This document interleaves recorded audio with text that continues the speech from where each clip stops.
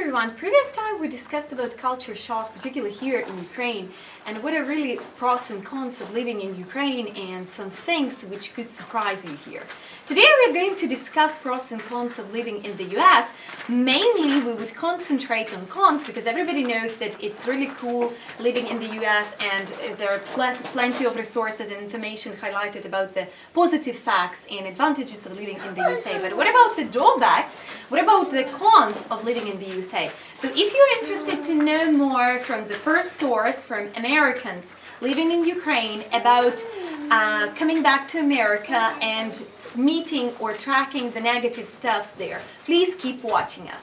So today we're in a new location, in a new shed. Laura will tell you more, and we're near the new tractor, which actually helps them to harvest a lot, and this is like a helping hand, actually.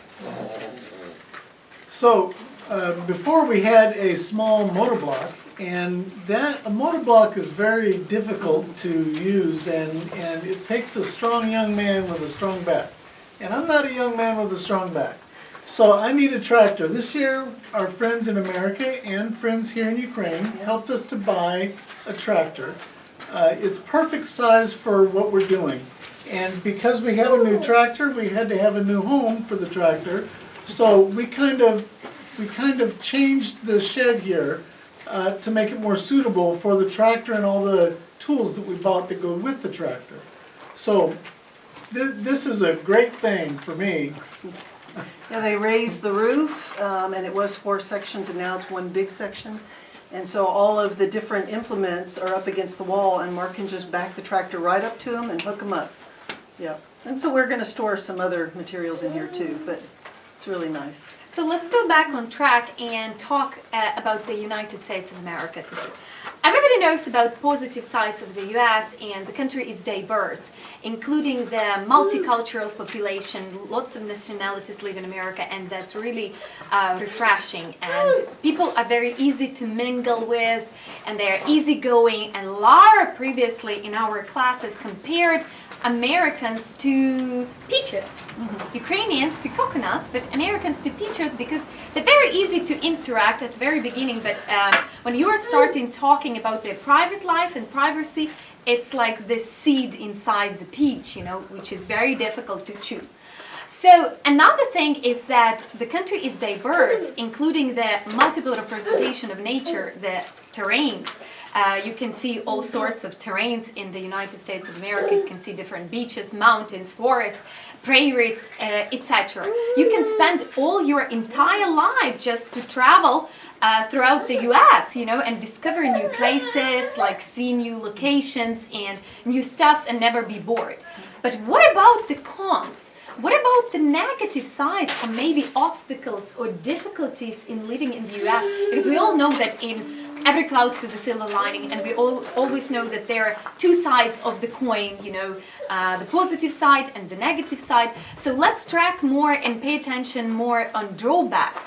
I would like to start from ethics, you know, working ethics and competition, because I know that there is a great competition in the US, and to educational process is exceptional, and Harvard, Yale universities, they are the best universities in the world. Everybody knows that. Jobs in America are pretty easy to find. There's many jobs. The problem is you have to go and find a job to be able to use that to find another job. So the best thing you can do is just go find any job, anybody who will hire you to do a job. You do it well, and then use that as a tool to get another job. Another issue I'd like to bring up is the issue of food, organic food and high quality food and healthy meal. Because I've been to the US a couple of times, and I lived there and I studied at California University and Louisville University, and I find American food, organic food, very expensive. What we can have in Ukraine, you know, it doesn't cost an arm and a leg, it's really cheap. So do you agree with this? Is this true or not? Definitely true. I agree. Yeah, they use a lot of chemicals like hormones to help the animals grow fast, antibiotics when they do the mass production. And so even some of our processed foods have a lot of corn syrup, which is very addictive. It's very bad for your health. And I think that's what's created the health problem in America with so many people being overweight. And actually, as we see more processed foods coming to Ukraine, you're starting to see more people overweight. It's really fascinating what Americans could achieve here in Ukrainian village, and they have great covers of onions, and I'm giving the floor to Laura just to share with us how it's possible. Look at them, they're like half of my head, you know, size. Well, we have about 3.5 hectares of land, some grass, alfalfa. We have different crops like the onions. We have red and yellow and white onions. We have lots of squash and pumpkin, corn, potatoes, you name it, tomatoes, cucumbers. And a lot of what the food that we raise or we grow is for the homeless feeding that we do in the city of Vinica. We feed a lot of homeless people and people who are in need. And then we also feed the men who live here with us at our rehabilitation center, but our rehabilitation center becomes a homeless shelter in the winter. So we feed about 500 meals a week generally, and in the 11 years that we've been feeding, we've already fed over 88,000 meals. And that's why we raise a lot of this. Yeah, impressive, really impressive. Lots of gardening. And we have a new tractor this year, which has really, really helped us. Yeah. So let's talk about Laura's and Mark's livestock today. So we have 3 mama pigs and we have 1 male pig. He's called a boar, and his name is Blockhead because basically his neck is so big. But through them we have little piglets, and we have 35 piglets right now. Some of them are just turning 2 months old yesterday, and we can start to sell them, and some of them are just about 1 month old. So Mark and the men built this pen outside for the piglets so that they can be separated from their mothers for a little while. And we have 7, 7, 7, and then 10 in the last one. 10 in the last one are the smallest ones. So we raise the piglets, we sell some of them, we raise some of them and butcher them for meat. And it provides a skill that we can teach the men here, but also it provides us with food. And pigs are great. They're kind of like dogs. They have great personalities. All 3 of our mamas have personalities. Also, are you trying to say all of them have nicknames? The big ones do, not the little ones. Okay. The big ones, the guys named the girls. That was Masha, Dasha, and Valya are the mamas. And I named the boy, and his name is Blockhead. But we've had other names in the past, too. Other names in the past have been like pork chop, steak, bacon, ham hock. They're not pets. They're being raised to sell or To become a pork, right? Yeah. Okay. And of course the mama and papa, we keep them for about 3 years so we get a little bit more attached to them. And the piglets are always fun to watch because they play a lot. They're very exciting to watch. I could sit and watch them all day long. So I don't know if you want to come closer with the camera and see some of our piglets. Also, Take a look at these cuties. The animals give the clients something to do, something to love that doesn't make demands back on them, other than feeding them and Part caring of for them. animal therapy. Yeah. That's what we call it. Oh, okay. So except of labor therapy, this is like additional therapy, right? Yeah. Okay. Yes. So you want to come on in and see the piglets? So here's our first group of piglets. There's 7 of them, and they just turned 2 months old. So if you want to take a look at them, they all have the same mother and the same father. The father was white, and the mother was all brown. So we get a mixture here. But piglets are very curious. Yeah, hi guys. You got to be careful that they don't get your fingers in their mouth, but they're very curious, kind of like dogs, and they have very interesting personalities. They get into trouble, like chewing on the wood there. But they have their food here. This is where they sleep at night if it's getting a little bit cold now. And then over here is their water. It's kind of like a little nipple that they go and they drink off of. So we have 4 pens just like this with piglets in them. When we first came here, we knew nothing about raising animals, pigs, cows, ducks, any of the birds. We had so much to learn, but again, information is all around, especially the internet helps, but so do friends and neighbors. So we learned what we needed to learn. Yeah. Okay. So piglets are kind of like dogs in that they express their opinions or how they feel by their tail. So you see these over here that are eating, they're very happy. I like their tails.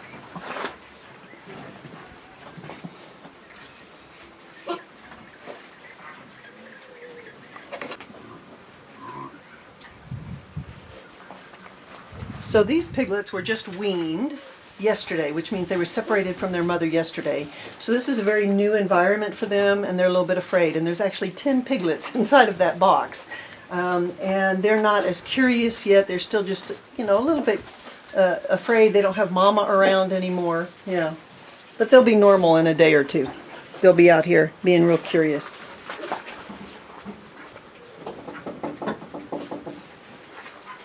So these boxes protect them at night. It keeps them warm at night.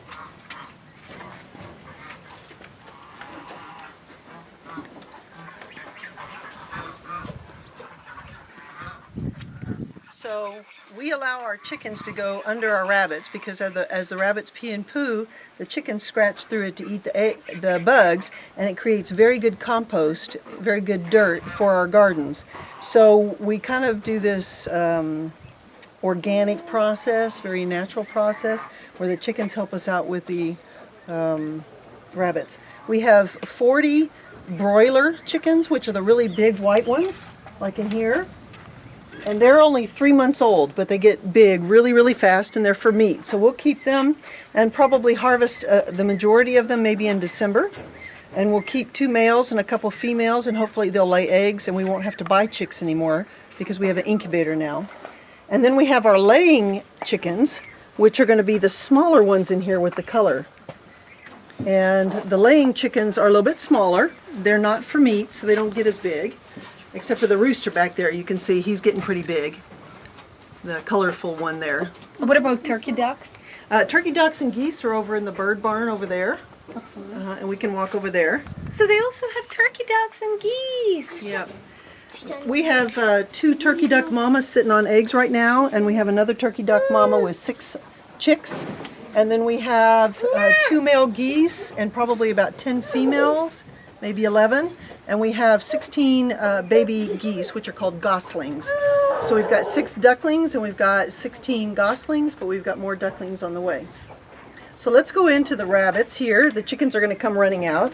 I'd like to have a couple of comments about the word suspended, right? Suspended, uh-huh. So this is what came into my mind when you told about organic. I've heard a lot about suspended business, and in America it's very popular to have restaurants and run the suspended business, kind of not feed every animal, but they can just, it can be like a cycle, like the natural cycle. For instance, you can have a river, the lake, artificial lake, where you can have fish, but you don't feed this fish. But it's eating, for instance, like algae or whatever grows in the lake. So have you heard about suspended business? Organic, the cycle of life, it's got actually a number of different names, and Americans are really big into that. And one of the myths about Americans is most people think we have better food in America, and we don't. There's so many chemicals and hormones and everything in a lot of our food, and that's why a lot of Americans are overweight. Here the food is much, much better. It's organic. In America you would pay a lot of money for organic food. Here a majority of our food we raise, either through the animals. And that's why it's substantial, right? Yeah. Okay. Yeah. Okay. And both Mark and I are healthier here. I mean, we're grandpa, so we got... So here we are, surrounded by many different cages, and we could see many bunnies here. And Laura will tell us a little bit about breeding, how many bunnies we could have from one rabbit, for instance, and how long does it take them to have a breed. So basically, every rabbit is pregnant for 1 month, and then they nurse or feed their babies for 2 months. So we have 5 mamas, 4 at the top here and 1 down here, and these are our 2 males. And all of our rabbits are black except for the 2 males that are brown. And they're actually new. And we just bred them with rabbit number 3 and rabbit number 1. Now rabbit number 2, number 4, and number 5 all have babies. So this one right here actually has 13 babies. This one has 8 and this one has 9. And so after they have their babies, they nurse the babies for 2 months. And then we move them to the other side of the room where we have girls on top and the boys on the bottom. But I don't know if you can get a close picture here of all these little bitty bunnies in here. They're really, really cute. Yeah. So this is a new barn for our rabbits. We actually have 2 more rooms. And in the other rooms we're still going to have to build cages. But right now we have 54 rabbits. So we've got the 5 mamas, we've got all the babies, we've got the 2 daddies. And then over here, up here on the top 2 rows are females. And then we have males down here. And these are teenagers. They're about 3.5 to 4 months old. So they grow really, really fast. We feed them water. Of course, their dry food goes in the metal box. And we also give them beets and grass, leaves of beets, parsley, a lot of those kind of things. So rabbits grow really fast. You can breed them very fast, and they give you a lot of good meat. So that's why we want to raise a lot of rabbits. But they're very cute as well. I thought about pulling one out for you, but as soon as I open this, all the babies are going to run to the back. Yep. And mamas can jump at you, and they have very sharp nails. Yeah, and they can bite you, right? Yeah, I think only our guy who takes care of the rabbits has only gotten bitten once from a new mom. But most of the time they just jump at you, and they have very, very sharp nails. So that's why you grab them by the back of their neck or by their ears so that you don't get all scratched up. And bunnies as well, but they look so cute. They are cute. Yeah. I can't believe she had 13 of them. Yeah, Do they all have names? Mummies? I No. mean, like, No, because we rotate Rabbits? the rabbits, we just basically call it mama number 1, mama number 2, male number 6, male number 7, because they just give birth and go through their growth process. When they're about 8 months old, we try and wait till they're 8 months old or older before we harvest them. Yeah. thank you. This is Blockhead. He's our male pig, our caban. He's the father of all of our babies. He loves to be fed just about anything. Problem is, he's not real careful with fingers. So I like to get him down here where his face is kind of trapped and feed him through here so that I can keep my fingers out of the way. If I try to go up here, he opens his whole mouth and it's a little dangerous. Yeah. He's got a big mouth, doesn't he? Big mouth, big teeth. You can't see this boar every day, you know. Yeah, we've had visitors, you know, like deliver some of our building materials and stuff, and they end up over here staring at him like, he's huge. So this is our boy. Yeah, he's huge. Yeah. But this is why we're able to have so many piglets and we're doing really good. It's because we have our own male. Yeah. There we go. He's very social. He likes to stand at his gate here and pay attention to us and just watch us. Does Yeah. he have a nickname? Blockhead. Blockhead. Blockhead, yeah. Yeah, blockhead. Oh, very sharp teeth. Yeah. I went to feed a pear to one of the mamas and she was laying down and I held it there and she jumped up so fast that her big tooth hit me on my hand. Oh. She didn't bite me, but it hit me and it left me a good bruise for a while. And I should have been a little bit more careful. She had no intention to hurt me. Yeah, but You know, they're it's quite just- strong, right? Oh yes, they're very Yeah. strong. Very, very strong, very smart, but he doesn't know what a human tastes like, Yeah, which is good. which is good. If he ever bit a human, we'd have to